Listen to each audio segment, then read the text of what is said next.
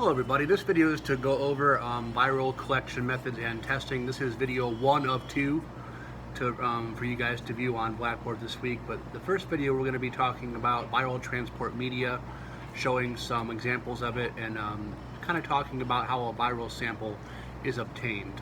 There are a lot of laboratories that require medtechs, MLS, MLTs to actually go and obtain viral samples, whether it be nasopharyngeal, throat, etc. But that's not uncommon for some labs still to incorporate, because as we know, pre-analytical, analytical, post-analytical, those are all very important. So the obtaining of a specimen properly is just as important as the analytical portion, and therefore also as important as the post-analytical portion, where the result is actually documented and resulted out to the doctor.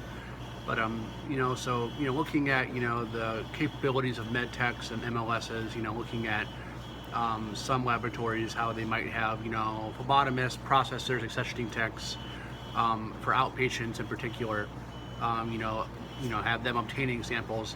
They might require a med tech to actually obtain samples because they want to make sure that the training we are under, the training that we take part in, is utilized to its maximum benefit. So, but this is an example of a viral transport medium right here. This is called flock swab. This is something you guys will see on your laboratory folder this week. You guys will be responsible for looking at and looking over the package insert that's available. But generally speaking, it comes in a container like this, and you just got to rip open the top as such. And you have two things inside this container then. You have a swab of some sort, and then you have what we call a viral transport medium. And that's a container that has a liquid portion in it. It's usually something that is pretty much, nothing too fancy about it. It does have a, usually an antibiotic portion in it, which is used to prohibit, bacterial growth, at least your mainstream bacteria that would be part of the sample. We don't want to really be worrying about the presence of bacteria when we're testing for viruses. One important thing to note, there is a very certain requirement that we don't have any charcoal basis in any kind of viral transport medium, because charcoal can inhibit the ability of viral replication and therefore make testing for it inappropriate. So that is generally speaking what we're looking at here, the transport medium and the swab. This particular swab is just a regular swabette with a flock tip, a Copan tip. There is a, possibility for you to see a nasopharyngeal swab utilized for viral collection, especially as of right now with the COVID testing and, RSV, which would be another example of a nasopharyngeal swab utilized for collection for RSV testing. But either or, you might have a flocked Copan swab, you might have a nasopharyngeal swab. A nasopharyngeal swab basically is a very, it has a metallic shaft with a very, flock tip at the very end. And it's able to be introduced to the nostril and make its way up into the nasopharyngeal region where a lot of viruses tend to reside.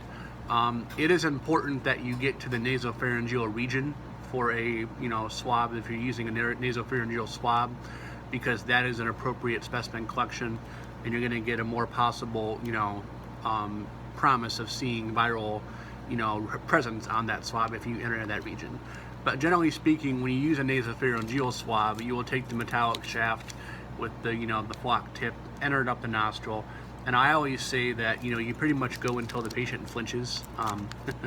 That's not really, scientific, but, you want to make sure you're getting up into the nasopharyngeal region. You don't want to go too far, obviously. You can cause damage. You don't want to be too shallow where you're still in the nostril. You want to make sure you're getting up into that nasopharyngeal region, which is actually a very narrow passage. We want to make sure we're getting there. So that, generally speaking, you have the patient sit down, usually tip the head back, and you apply the swab, into the patient's nostril, reaching the nasopharyngeal tract. And then once that's done, you have your viral transport medium. You go ahead and take your swab. And like I said, I don't have a nasopharyngeal swab right now. I have a Copan flock swab, which is right here. But generally speaking, what you would do once you obtain your swab of your patient sample, You would uncap your viral transport medium, and then you go ahead and immerse your swab into your transport media, okay? Generally speaking, that's what you would do. Now at that point, once this point is reached, you need to make sure that you mix your swab into the viral transport medium, because we are actually going to be testing the liquid basis of the transport media. We're not going to be testing the swab at this point. Once the swab is introduced to the transport media is going to be tested. And then at that point, you can do one or two things. Usually these break off. You see there's a red line here at the point, you know, on the shaft. Usually that'll break off just fine without scissors. But you go ahead and, you know, snap that off. And then once the whole swab is immersed, you can go ahead and cap your sample. Now, this is a you know, example of what you might receive in the laboratory, except you're going to have a patient label, of course, attached to it with 2 identifiers at least. And a lot of times, viral transport media is going to be sent on ice. It keeps it cool, keeps it fresh. You know, it just allows for a better transport of the specimen. We don't want to be, you know, exposing this transport media to extreme temperatures, especially if they're being, you know, taken by a courier from place to place, from site to site. So generally speaking, you're going to be seeing these on ice, you know, in a bag. Now, one thing to note, once this gets to your laboratory, you should be performing viral testing underneath some kind of a biosafety hood. And usually it's a level 2 hood or higher, which allows for the air within the hood to be recirculated, cleaned out, and you're going to be seeing a lessened ability for any kind of aerosol droplets to reach you and be infected. Also, you should be wearing a lab coat, gloves, face mask as well. For COVID testing, they are requiring, you know, the N95 mask being used as well.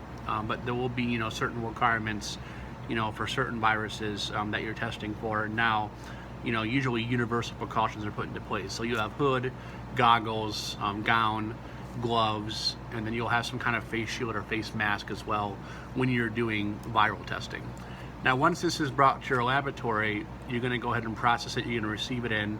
Usually it's done in microbiology, the actual testing. So it'll be received in the general lab, and then it'll make its way back to micro.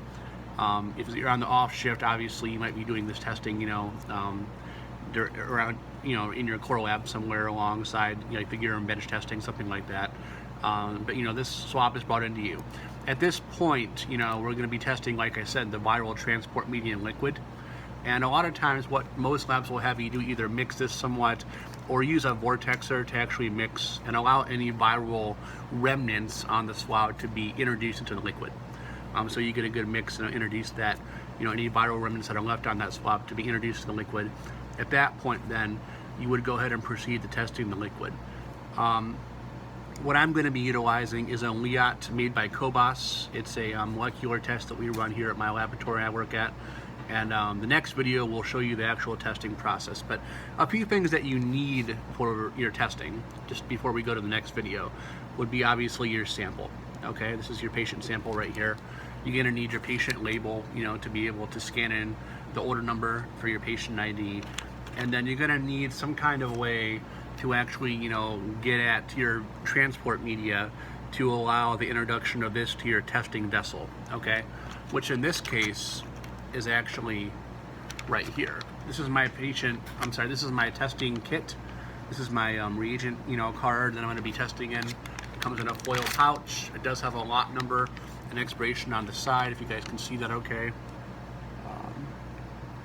You know, looking at a kit that comes in here. And basically what happens is we're seeing this long apparatus being our testing cartridge, okay? You can see there's liquid inside of these particular, you know, cupules. There's some reagent in there, which is kind of located right in that center stage there. So at this point, when the specimen is going down this portion into here, that's where it's getting heated up to allow the protein to be denatured, for the DNA to be free for us to test. This is where the actual reagent is, you know, where we're seeing the actual reagent of the, you know, the DNA for DNA nuclear hybridization to occur. We'll be talking about molecular testing later on this semester, actually next week, so you guys will, you know, get more familiar with how that actually occurs. But generally speaking, you know, this is where the heating up of the specimen takes place in the machine. This is where the nuclear hybridization takes place. And, you know, down this way we're seeing the actual reading of the DNA or the RNA, depending on the method, and we're seeing that virus be detected at a very specific level. The reason why molecular testing is preferred, obviously, is because we have a very specific specificity really rises up when you're doing DNA or RNA testing, and sensitivity is fairly high as well.